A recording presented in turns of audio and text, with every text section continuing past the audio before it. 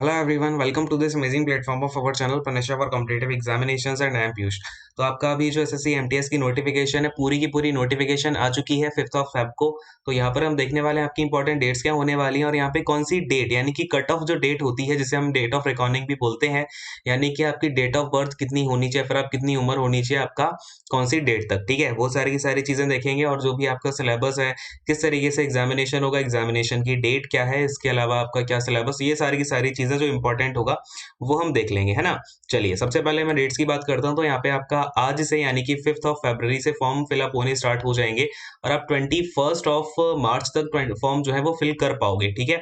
तो बहुत ज्यादा टाइम के लिए आपके फॉर्म जो है ओपन है। इसके बाद में आप पेमेंट भी अगेन 21 तक कर पाओगे। ऑफलाइन चालान का आपका 25 तक है। और एग्जामिनेशन की अगर बात करें तो आपका फर्स्ट जो टियर 1 होगा वो आपका है जुलाई में, ठीक है। 1 जुलाई से एग्जामिनेशन स्टार्ट है और ये आपका 20 तक चलेगा। और इसके बाद में जो डिस्क्रिप्टिव पेपर है वो 21 को हो जाएगा, ठीक है। और यहाँ पर एक चीज ध्यान में देना है, यहाँ पे देखो आपके एग्जामिनेशन बिल्कुल शेड्यूल है सारे के सारे। तो अगर आपने अभी तक पढ़ाई स्टार्ट नहीं करी तो कर दो। अप्रैल में आपका सीएचएसएल है, मई में आपका यहाँ पर सीजीएल है, इसके बाद में आप देख लो ये आपका जुलाई में आ गया एमटीएस, ठीक है। और बीच में ग्रुप डी वाला एग्जामिनेशन वगैरह तो हो गई सही, ठीक है। चलिए अब आते हैं यहाँ पर, ये देखो अब 7th पे के अकॉर्डिंग यहाँ पे सारी की सारी ग्रुप सी की, अब ये देखो यहाँ पर जो जॉब होती है ना वो ग्रुप सी में आती है, ग्रुप डी में नहीं आती है। चीज ध्यान में रखना, एमटीएस वाली जो जॉब होती है एसएससी के थ्रू वो ग्रुप सी में आती है, ठीक है। तो ग्रुप सी का जो बेसिक पे होता है वो यहाँ पर लगेगा। वैकेंसीज आपकी जैसे ही आती है वो मैं आपको बता दूंगा। अभी जो वैकेंसीज है वो इन्होंने नोटिफाई नहीं करी है, ठीक है। नेशनलिटी आपकी वही है, इंडियन होना चाहिए, नेपाल का सब्जेक्ट हो, अगर भूटान का हो तो वो अलग से बात होगी।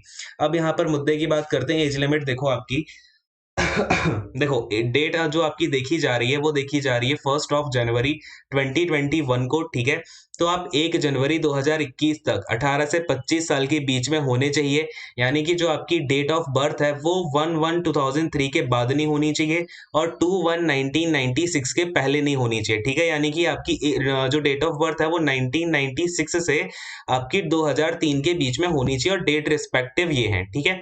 चलिए अब यहाँ पर अगर मैं आपसे बात करूं तो 18 से 27, ये देखो कुछ डिपार्टमेंट के लिए आपका 18 से 25 साल मांगी जाती है, कुछ के लिए 18 से 27 साल मांगी जाती है, ठीक है। तो वही बात है, 18 27 वालों के लिए आपका ये 94 हो जाएगा, ठीक है। बाकी आपका ये जो डेट रहेगी वो तो 1/1/2003 रहेगी क्योंकि 18 साल है मिनिमम। क्लियर है। और ये आपका बाकी देखो यहाँ पे एज रिलैक्सेशन आपके अकॉर्डिंगली ही मिलेगा जितना मिलता है सभी लोगों को। अगर कोई इश्यू हो तो नीचे आप कमेंट कर देना, ज्यादा हम इसके ऊपर ऐसा टाइम नहीं लगाएंगे। अब आते हैं सीधे यहाँ पे, अगर मैं आपसे बात करूं और इंपॉर्टेंट बातें देखते हैं। Wait a second. Educational qualification अब हम यहाँ पर फटाफट से देख लेते हैं। तो यानी कि आपका जो यहाँ पे जो एजुकेशनल क्वालिफिकेशन है वो भी 1 जनवरी 2021 तक मांगी जाएगी। कैंडिडेट के पास में जो है मेट्रिकुलेशन या एग्जामिनेशन का जो है सर्टिफिकेट होना चाहिए, यानी कि आपकी जो 10वीं है 10th क्लास आपकी यहाँ पर पास होनी चाहिए। कौन सी तारीख तक? 1/1/2021 यानी कि 1 जनवरी तक, ठीक है। बात समझ में आ गई सभी को। और जो भी आपकी यहाँ पे रिजल्ट वगैरह होगा वो आपका यहाँ पर डिक्लेयर हो जाना चाहिए। जो भी आपकी कट ऑफ डेट यहाँ पर दे रखी है, यहाँ पर इन्होंने इस चीज को हाईलाइट कर दिया, ठीक है। और देखते हैं यहाँ पर आपके पास क्या इंपॉर्टेंट बातें हैं। और देखो आपका एक चीज और ध्यान रखना है, यहाँ पे जो फोटोग्राफ है ना वो आपकी 3 महीने से ज्यादा पुरानी नहीं होनी चाहिए। और कुछ लोग यहाँ पे होशियारी करते हैं कि कोई नहीं, पुरानी वाली फोटो में जो है डेट चिपका देंगे अभी की, वो होशियारी मत करना, फॉर्म रिजेक्ट हो जाता है, ठीक है। तो यहाँ पर आपको और क्या करना है, फोटोग्राफ आपने जिस डेट को निकलवाई हो अपनी, वो डेट भी उसमें क्लियरली प्रिंट होनी चाहिए आपकी फोटोग्राफ में, ठीक है। और अगर आपने नहीं करवाई तो ऐसे रिजेक्ट हो जाएंगे। और ये पुरानी इमेज यूज मत करना, ठीक है। अच्छा, और देखो यहाँ पर क्या लिखा है, the photograph should be without cap, spectacles और and both ears should be visible. यानी कि जो आपकी फोटोग्राफ है ना उसमें आपको कैप भी नहीं लगाना है, स्पेक्स भी नहीं लगाना है, और आपके जो दोनों ईयर्स हैं वो विजिबल होने चाहिए, ठीक है। ये चीज समझ में आती है क्या सभी को? चलिए अब यहाँ पर कोई डाउट तो नहीं रहेगा इमेज के रिगार्डिंग। बहुत सारे बच्चों को यहाँ पे फोटो किस तरीके से लगानी है उसमें बहुत टेंशन होती है ना। चलो, और यहाँ पे वेट भी नहीं करना चाहता कि आप बाद में फॉर्म भरोगे और आपको अप्लाई करना ही है इसके लिए, तो आप अभी के अभी अप्लाई कर देना बाद में। क्योंकि देखो एसएससी की साइट है, ड्रामा आपको पता है कितना चलता है, यहाँ पे कभी काम करती है फिर कभी नहीं करती है। और ये लास्ट डेट अब एक्सटेंड नहीं करने वाले, इन्होंने सीजीएल के लिए सीधा सीधा नोटिस निकाल रखा था और इन्होंने फिर एक्सटेंड करी भी नहीं, ठीक है। तो पहले से देख लो, अगर जो लास्ट डेट है 2 महीने का टाइम है, वैसे भी अराउंड 2 महीने का टाइम है, 50 दिन का तो है ही सही। तो फॉर्म भर देना अपना, ठीक है, टाइम पे। और एप्लीकेशन फीस जो है वो आपकी 100 रुपए होगी।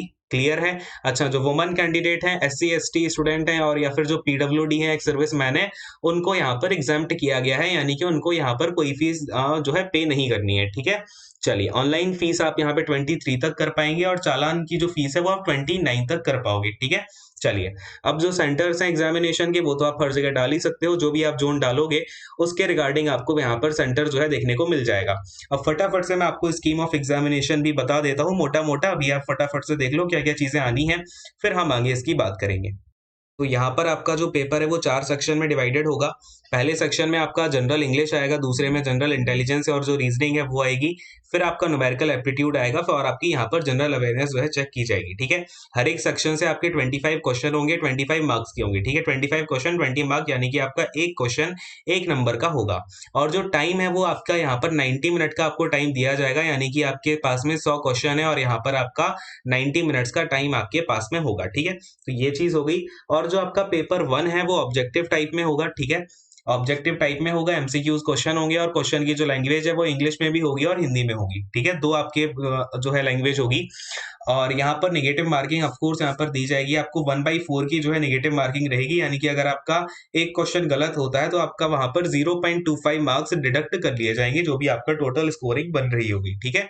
और यहाँ पर नॉर्मलाइजेशन होगी ऑफ कोर्स, क्योंकि आपका एग्जामिनेशन आपने देखा डेट जो है वो 20 दिन आपका एग्जामिनेशन चलना है, 20-21 डेज तक।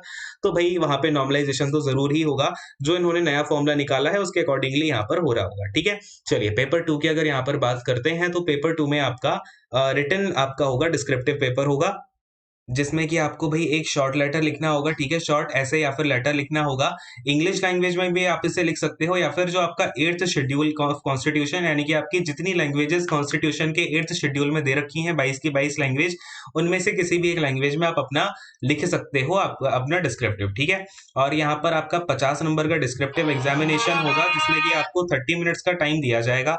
40 मिनट्स का टाइम दिया जाएगा उन स्टूडेंट को जो लोग स्क्राइब का यूज़ करेंगे, ठीक है? चलिए खैर, ये सारी की सारी बातें हो गई। अब मैं फटाफट से आपको एक ओवरव्यू दिखाता हूँ इंडिकेटिव सिलेबस का। इंग्लिश लैंग्वेज में देखो, यहाँ पर आपकी इंग्लिश लैंग्वेज में ग्रामर देखी जाएगी, वोकैबुलरी, ग्रामर, सेंटेंस स्ट्रक्चर देखा जाएगा, सिनोनिम, एंटोनिम और इनके करेक्ट यूजेस वगैरह हैं वो देखे जाएंगे। अगर मैं आपसे यहाँ पर रीजनिंग की बात करूँ तो रीजनिंग में आपका बेसिक पैटर्न रहता है, मेमोरी बेस्ड क्वेश्चंस होंगे, अरिथमेटिकल नंबर सीरीज होगी, नॉन वर्बल आएगी, वर्बल आएगी, क्लासिफिकेशन होगा, ऑब्जर्वेशंस वगैरह होंगे। और रीजनिंग का देखो, आप एक बार प्रीवियस ईयर पेपर देखोगे तो हमेशा जो है आपका सेम पैटर्न पर ही पेपर आ रहा होता है, इसमें कोई वेरिएशन है नहीं, ठीक है? न्यूमेरिकल एप्टीट्यूड का देखते हैं फटाफट से। तो इसमें आपका नंबर सिस्टम होगा, computation of whole number, decimal, fraction, relationship between numbers, fundamental arithmetical operation, percentage, ratio, proportion, average होगा, इंटरेस्ट होगा, पी एंड एल होगा, discount, use of tables and graphs, mensuration होगा, टाइम एंड डिस्टेंस होगा, time and ratio and time होगा, और आपका time and work. यहाँ पर आपका ज्योमेट्री का सेक्शन ज्योमेट्री का सेक्शन तो इसमें इन्होंने दे ही नहीं रखा है सिलेबस में, तो मेंसुरेशन आपकी बस पूछी जाएगी छोटी मोटी।